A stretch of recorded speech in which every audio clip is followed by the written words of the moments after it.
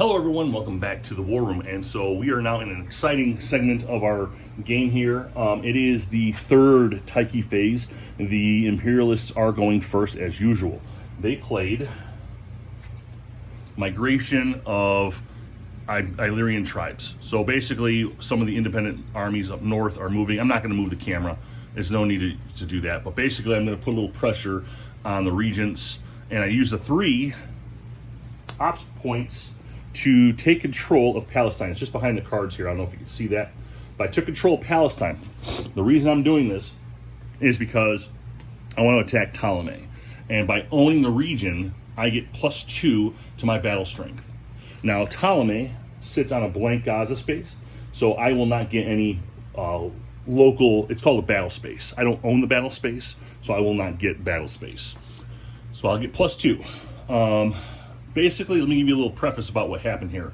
Seleukos joined up with Perdikkas. Him going south was a bad idea. Eumenes was a bad idea, all right? They are going to take, the regions are going to take Phrygia this turn, okay? I can't stop them. They pushed a couple, you can just see it in the top of the camera, they pushed a couple of minor generals over some PCs, and Krateros is already owning the walled city in Phrygia. So they're going to take Phrygia for sure. And my score right now is very close. So it's going to put them over me. I can't have that.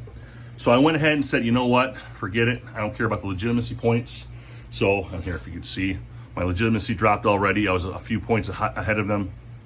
Okay. So now, since I don't care about legitimacy anymore, I have to take the fight forward. So what I did was, and now I'm starting to think Seleukos probably should have went south with Peithon, because I'm now kind of an even fight, and I'll show you why. All right, so we're about to do a battle. I'm going to show you how that's done in Successors. So the first thing I need to do, I've got my trusty little cheat sheet here, is we have to figure out all of the strength of all the CUs and elephant CUs. So starting with the attacking player, let's talk about Peithon. Peithon has 2 loyal Macedonian units, if you can see that. All right, the 2 is how many units he has. The 4 represents his strength, and that's what we're concerned about. So since he has 4, I'm going to mark it on the map. I'm going to use regular little PC marker. It just shows me, it just helps calculate all the points. All right, kind of a little trick I learned.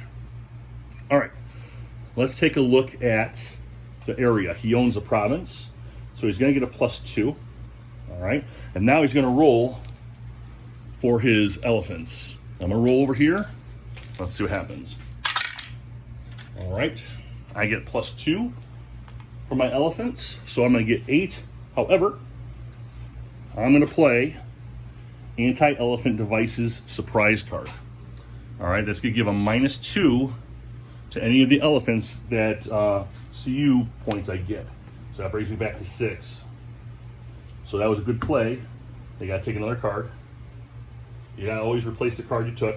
Surprise cards do not count as Taiki cards as far as the gameplay goes. So if I play a surprise card, I have to replenish it. So I don't even know what's in there. Let me double check. It's not a surprise card that I can use. So let's figure out Ptolemy. He's got loyal Macedonians as well at 4. 1, 2, 3, 4. But he has 2 mercenaries. 1, 2. This is going to be the most even game we've ever seen. So now I'm looking for any surprise cards I might have. I don't have any for the Imperialists. I have a surprise card for the regions, but it's only for naval battle. Fog is only naval battles. So we're about to fight this fight. All right. So I got 2 sets of dice here. I'm going to roll 2 for each side. I'm going to start with the attacker, of course, first. Here, let me show you what this little cheat sheet's telling us here. All right, where it says battle table right there. All right, the dice are the numbers up and down, and the battle strength is the numbers across. All right, so both of them are at 6. So this is going to come down to whoever rolls the highest number. Literally, whoever rolls the highest number, because they're both even. This is going to be the most even one. This is going to determine the game right here. I'm not going to quit the game. I'm going to keep going. But if I lose Peithon, I think the Imperialists are done, because we lost Eumenes, and Perdikkas has a bunch of royal CUs. He cannot fight Krateros at all, especially now since they're no longer champions, they're now successors. The Imperialists can't fight anybody with royal CUs. So here goes Peithon.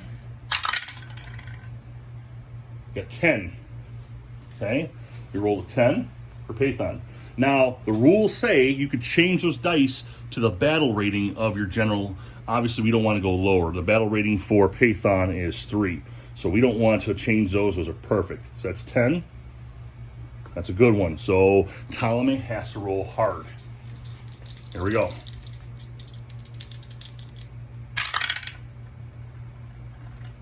10. Wow, I swear to God, 10. That's Ptolemy. 10 and 10. All right, so that's a draw. Wow. Interesting. Very, very interesting. So it says here for a draw, both sides lose 1 CU. The attacker retreats 1 space. All right, so Peithon's going to go back to where he came from, leaving Ptolemy there. They both have to lose a unit, so Ptolemy is going to lose one of his mercenaries, which is very, very good. Ooh. I think Peithon's going to lose one of his elephants because I have 4 guaranteed damage with my, strength with my loyal Macedonians. So I'm going to lose an elephant. It's sad. The elephant didn't know anything better. He's just doing what elephants do. And that's that. So it's a wash. I'm still kicking my ass. I think Seleukos should have joined up with him. I think that would have been the turning point. And that's that. So that's my video for Successors. When we come back to the next video, I'll show you what happened in the regent's turn, and then we'll cover the next turn after. Thank you.